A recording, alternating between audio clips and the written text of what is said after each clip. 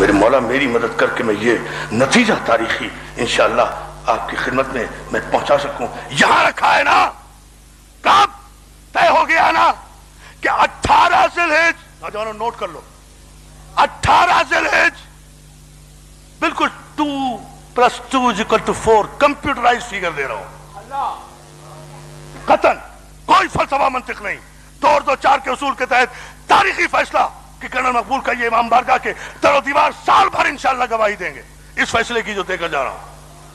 18 ذی الحج سن 10 ہجری پیغمبر اسلام کے ہاتھوں پہ علی 1,23,000 صحابہ کا مجمع طے ہو گیا کہ 18 ذی الحج سن 10 ہجری تک اگر تقوی میں علی سے کوئی بھی بلند ہوتا,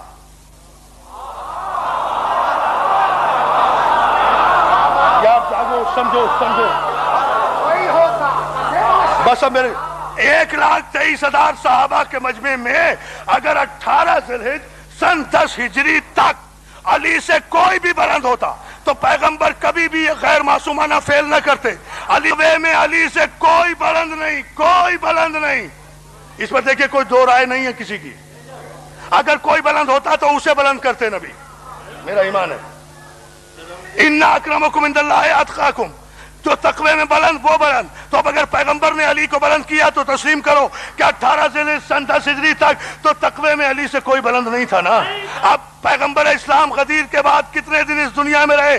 18 ذی الحج سن 10 ہجری, 18 محرم سن 11 ہجری, 30 دن 30 دن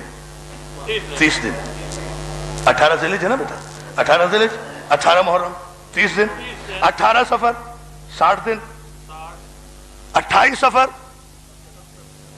70 دن. یار میں کہہ تو گیا سب کچھ.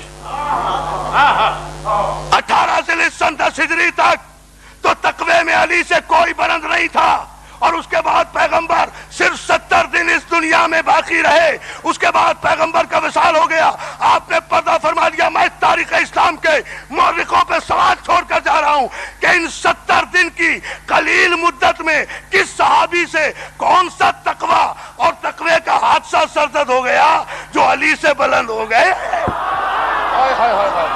70 دن کیا بات ہے, فیصلہ 70 دن مذکر دور سے بولو, یہ ہے وہ جملہ.